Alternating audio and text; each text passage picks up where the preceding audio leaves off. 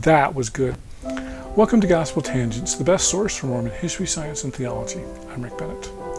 Rulon Jeffs was raised in the LDS Church and even went to high school with Gordon B. Hinckley. Of course, Hinckley went on to become prophet of the LDS Church, while Jeffs went on to become prophet of the FLDS Church. Must have been a very interesting high school class, I can say that for sure. In our next conversation with Lindsay Hansen Park, she's the host of the Year of Polygamy podcast, we'll talk more about Rulon Jeffs' early upbringing and his dealings with people who went on to lead the LDS Church. Check out our conversation. Hey, I just wanted to mention one more thing. The Mormon News Report podcast is an awesome podcast, and they cover the week in Mormon news with a healthy dose of snark and commentary. Join Brant and Jenny every Monday to get caught up on all those news stories that you can stay up to date on the latest Mormon news. So check out Mormon News Report. It's a great podcast. Brant and Jenny are great friends.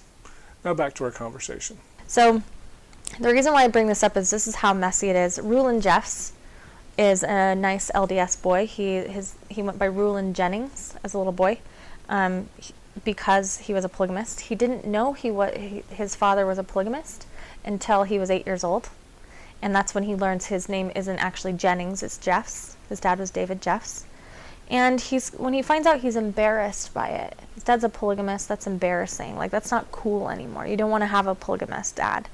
You want to be like the cool monogamist. So Rulon Jeffs really tries hard to join the church hierarchy. He's a prominent accountant. He's hanging out with all the families, the prominent families. He marries Hugh B. Brown's daughter. This is why I bring this up, because I think that his generation is an interesting time period. Rulon Jeffs went to school with Gordon B. Hinckley. They went to the same high school together. He served his mission with Cleon Skousen in England. Wow. He was running with these people. He was one of them. He was on the track. He married Zola Brown, and he got a little disaffected on his mission. He had a bad experience with his mission president in England. And when he came home and he married Zola, she was just like, I know your dad's a polygamist and you have a tense relationship, but he's your dad and we need to invite him over for dinner. So they would invite David over for Sunday dinner. And he would bring over copies of what's called Truth magazine.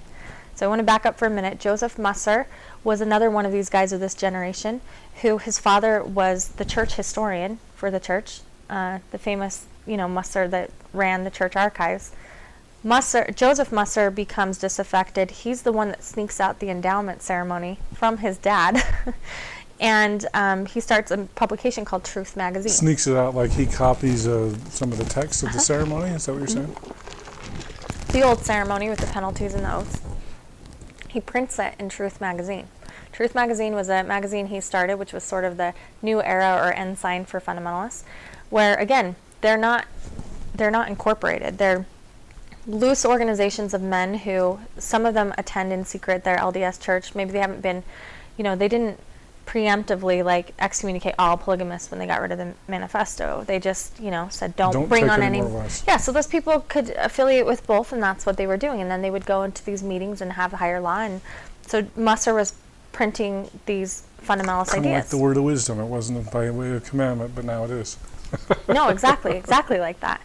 And in some ways, the LDS is way more strict and fundamentalist about the word of wisdom than fundamentalist groups are, because they take old interpretations, because they didn't have Heber J. Garnett, who was an alcoholic, addicted to beer, and had his own axe to grind with that.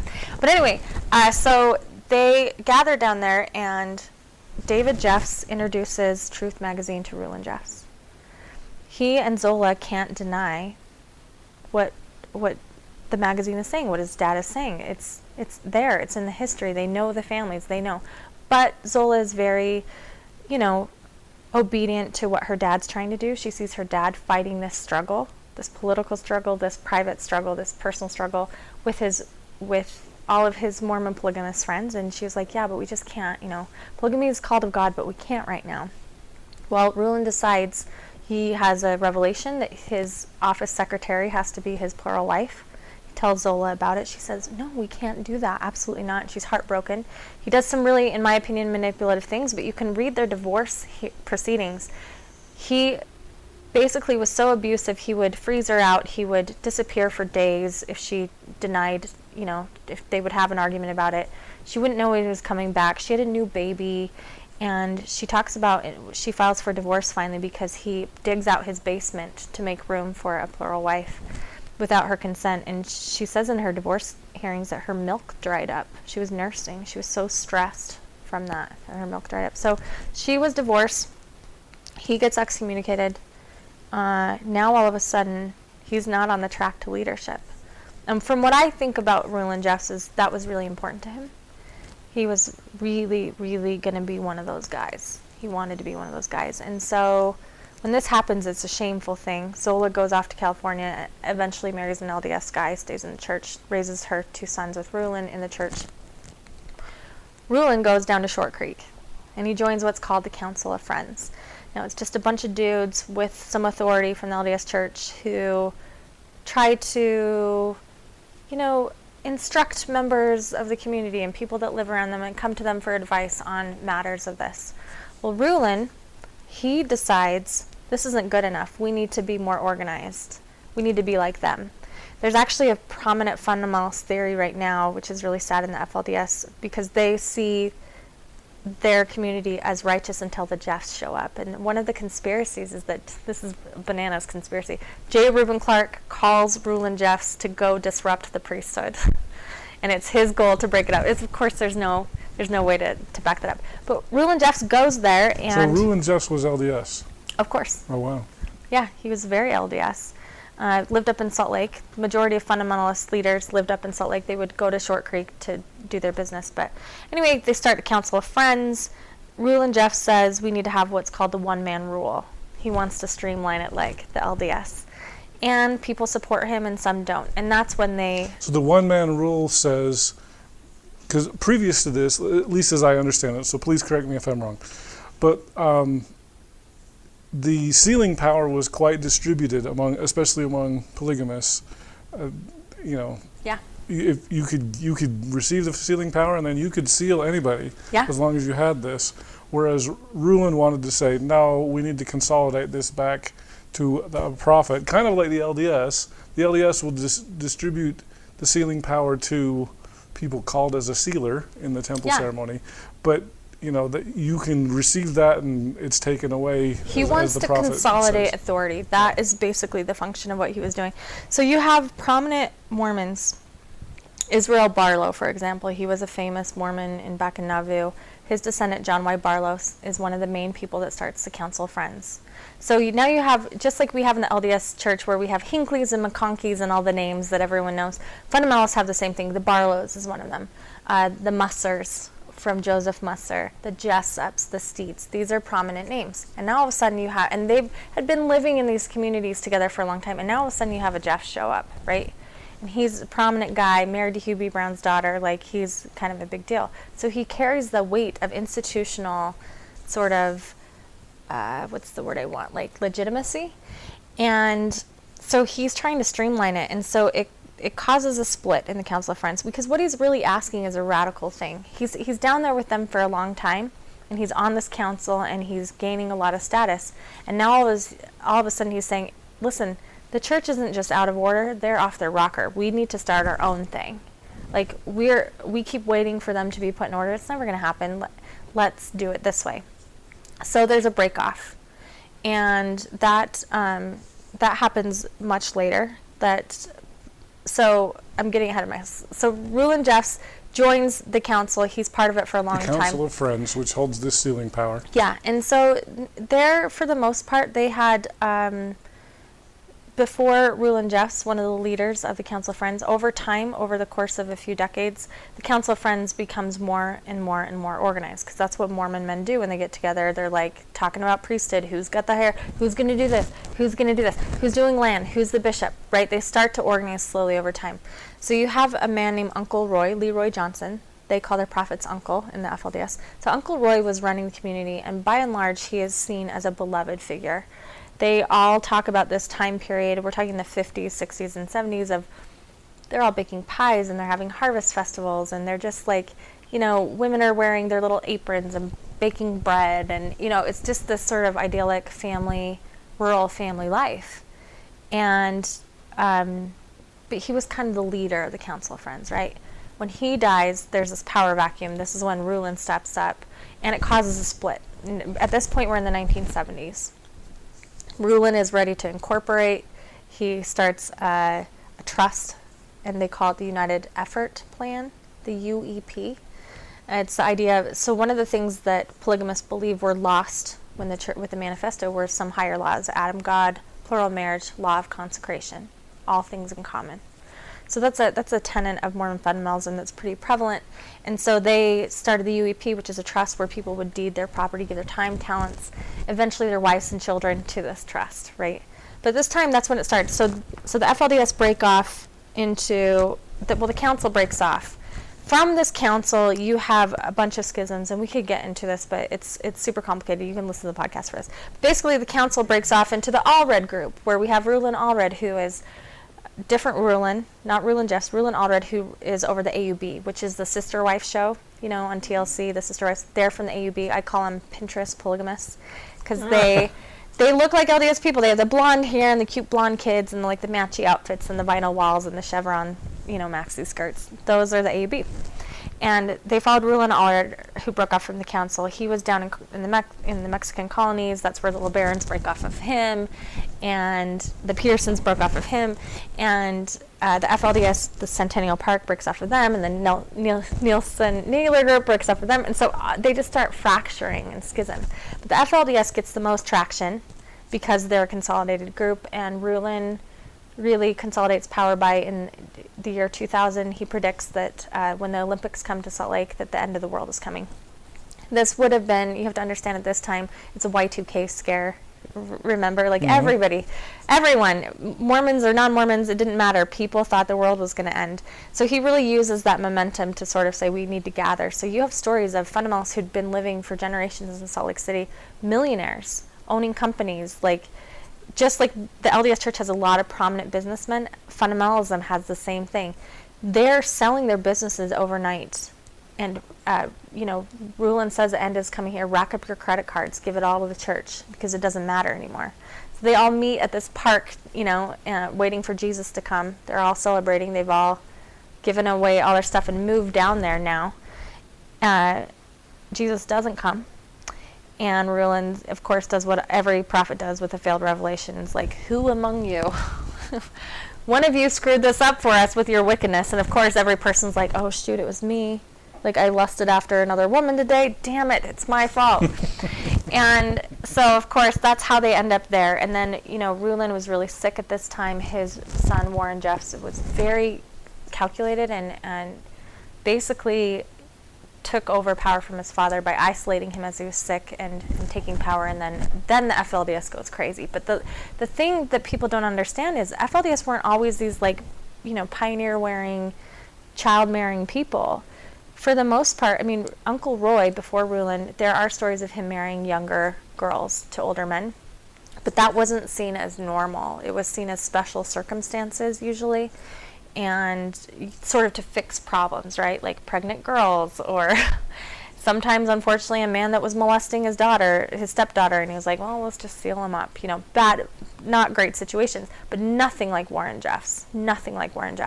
And so a lot of the town, Jeffs is a bad name. They think that the Jeffs came in, they were outsiders from Salt Lake and came and corrupted this beautiful doctrine. And so now that Warren Jeffs is in prison, that whole community is falling apart, and you have people that are starting to restore the restoration. The Mormons we're big on that. We're always trying to restore the restoration. And so there's a bunch of new prophets popping up, trying to restore it to those times. But in the meantime, all of those groups continue to fracture and schism and schism and schism. And historian Steve Shields, he has estimated that he could trace over 487 expressions of extant groups of Mormonism from the original church. Because everybody thinks that they're the original church. LDS are like, we're the real Mormon church. No such thing. Like, Joseph Smith's church is unrecognizable to all of the traditions now because it's got this patina of so many generations on it. And so he traces over 487 expressions. And this doesn't count, there are so many, Rick, I can't tell you, my whole life is now consumed and overwhelmed with, new movements popping up every week. and it's usually like two guys and an It seems altar. like I heard there was a new prophet at Sunstone. There was. Right? We were really lucky. I always say that prophets are a dime a dozen in my world now, and they are. Like, when a guy's like, I'm a prophet and I have authority. This is why, like, I love my Mormon church. I sustain the brethren as leaders of the LDS Church, but, like, priesthood and authority, in my mind, it's just like little boys having a pissing match. That's what it feels like to me, because it's just like, oh, really, you're the one mighty and strong this time? Ooh, how exciting. I've never heard that before. But so there was a gentleman that announced that he was prophet, or not prophet, he was one mighty and strong at Sunstone, and his theology was actually really brilliant. Like, normally guys are like, hey, the Lord talked to me, said you're wrong, I'm right, get on board. Nobody listens. But this guy was really interesting. He had this whole beautiful theology about Adam and Eve and their metaphors, and Adam represents the corporate church, or the LDS Church, and Eve was all the expressions. I can't remember. I'm mumbling his theology, but basically that all the groups are right, and that God needs them to all be gathered to, raise up seed, and he's the guy. That's spoiler alert. They're always the guy. Or I was just down in Colorado City this last weekend, or a couple weekends ago, and there was this gentleman who, he was telling me the story about how Warren Jeffs, he was like, I was in the room when Warren Jeffs said that he wasn't the prophet, but he knew who was. There's a video of that on YouTube. I've seen it. This happens all the time. Because it's on the prison phone call. He's like, I am not a... Well, according to this gentleman, Warren said it at the death of his father. And he said, I'm not the prophet, but I know who's going to be. And I knew where this was going, this gentleman. And I said, so did Warren Jeffs tell you who it was? And he was like, he did. And I said, okay, so he told you who the real prophet is? He's like, yeah. And I said, can you tell us who it is? And he was like, he said, careful. And I said, is it you? And he was like, it is. And I was like, I didn't see that coming. I didn't see it coming. Wow. I mean, Mormonism is so rife for this. You can't teach boys from an early age that they're going to be a god someday and not have this happen when their whole world falls apart. It's actually really sad to me, because I love the FLDS community. I love them. We have so much in common. They are my people, and I've learned so much about my own religion being an outsider in their community. But man, the men struggle. Like, everyone feels bad for the women, right? They always think, oh, these poor women and victims. And it's not to say that women have had it easy by any version of the story. But the women have resilience because they were not taught that they were that special. They were interchangeable in this system, and they learned strategies of resiliency. The men are so fragile, and I think this about LDS men too. This is why I think LDS men have the hardest time with the faith crisis, because they're promised to be a god someday. I didn't have to lose that when I questioned my faith. I was never going to be a prophet. It wasn't on the table for me. So I just build up other narratives. But you have men down there who, especially of an older generation, who gave their whole lives to this. And one thing that's really sad is you have men that have two wives, and they're on their deathbed, and they're like, where's my third? I got to get a third. Or I can't go to the celestial kingdom. I can't even get in the lower level of celestial kingdom. And here I practice this hard thing. So you need at least three to in get the FLDS, that's their interpretation of the three within the three. And you can actually trace that back to Joseph Smith. I spent a long time trying to figure out where that doctrine came from. William Clayton had written a few things, and here's the thing about fundamentalists. You might think that their ideas are crazy. These guys are people obsessed with paperwork, documentary history. So they will find a precedent for it. I mean, I gave a presentation at Sunstone this year where everyone likes to say, fundamentalism's fine, but like, except for Warren Jeffs. He's a bad guy. Like, all his stuff is crazy. It's not Mormon at all.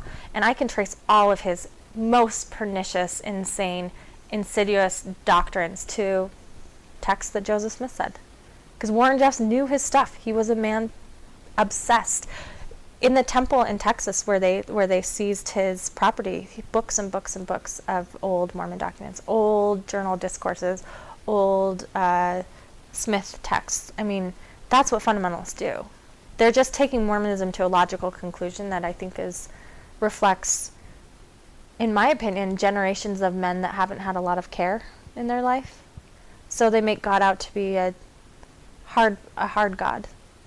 because that's how they understand love, I think frontier Mormonism really screwed us all up to make us think that God was really, really a hard God.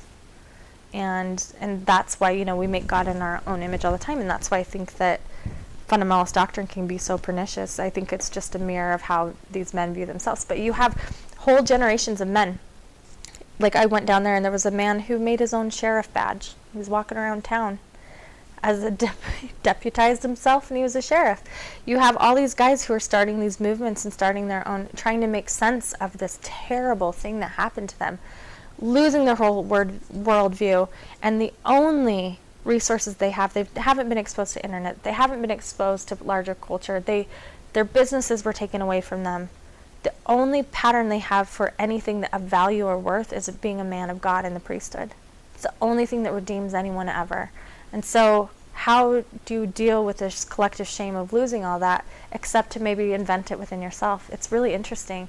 And I think it's really sad. There are so many, the men in these communities struggle.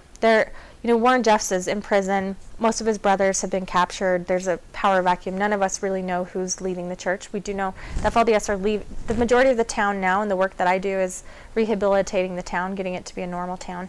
In the meanwhile, the faithful FLDS are consolidating in South Dakota and a few other areas in the United States. We can't figure out who's running it. We have some theories, but for the most part, they're flying blind, and it's open to interpretation. So Rulon Jeffs will give some bananas revelation in prison. He's been in solitary confinement for over a decade now, which you can imagine what that does to a human mind.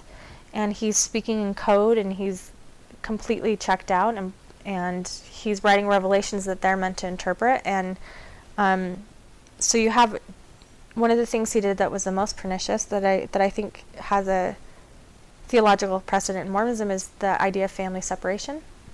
So Brigham Young began experimenting with a doctrine where you could divorce a woman if her husband was being unrighteous and, give her to a higher priesthood.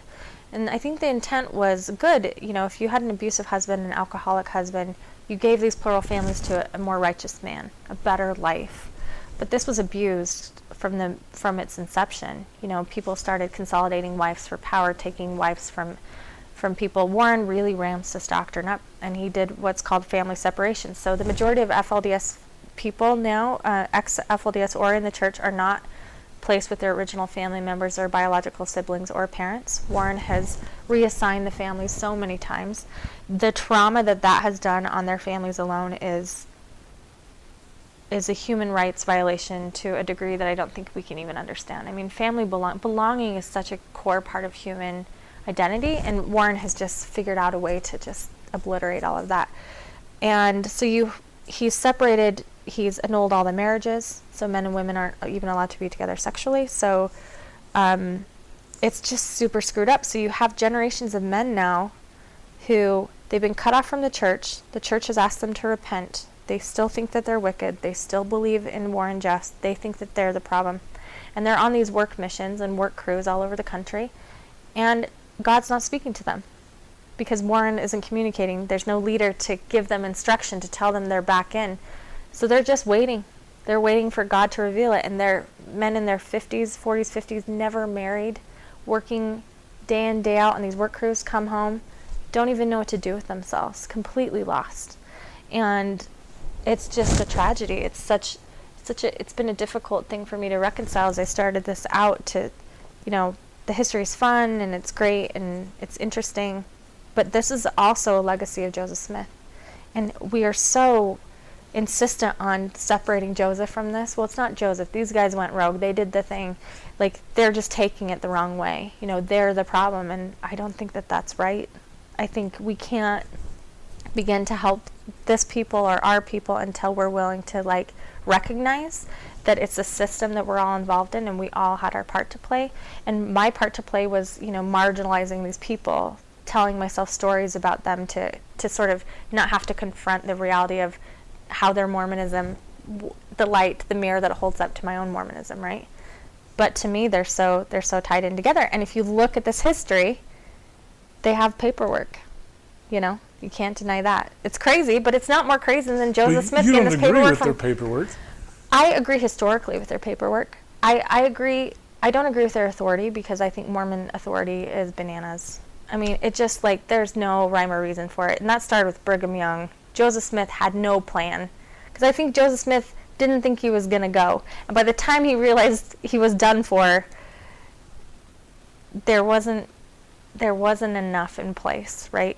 And because of that, we have all of this Mormon authority. I think they have as good an argument as anyone else.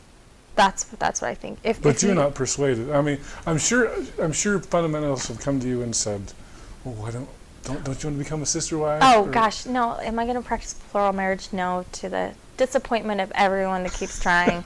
No, I've been proposed to many times. It's not my thing. I hope you enjoyed our conversation with polygamy expert and podcaster Lindsay Hansen Park. In our next conversation, Lindsay will share her opinion that she thinks the LDS Church made conditions ripe for Rulon Jeffs, and the LDS Church deserves some culpability for what happened in that community. Here's my indictment of the LDS people and the LDS Church. We are responsible for men like Rulon Jeffs. I think we are complicit, at the very least, and at the very worst, responsible for men like that. Because what we did is we allowed something to be so marginalized and to turn the other way because we didn't want to see how it reflected on us. We can't make the church look bad. We got to protect the integrity of the church. So we're going to ignore what's happening down there, and we're going to make it illegal. So Rulon Jeffs can say, you know what, you're being molested by your father or your brother. You can't report it to police because if you do, your whole family's going to go to jail. We can't trust any outsiders because even the LDS, they are out to get us. If you'd like to hear the entire interview uncut, please support Gospel Tangents and become a subscriber. For just $5 a month, go to patreon.com/gospeltangents and you can hear the entire interview. And you can also get transcripts available at either our Amazon website, or if you want to give the money to me and not Amazon, please subscribe on my website at gospeltangents.com and you can click the yellow subscribe button. Of course, we're also on Facebook, Twitter, and all the other places. Make sure you subscribe on iTunes at tinyurl.com/gospeltangents. And don't forget to click here to subscribe on YouTube, here for a transcript, and over here we've got some more of our great videos. Thanks again for listening.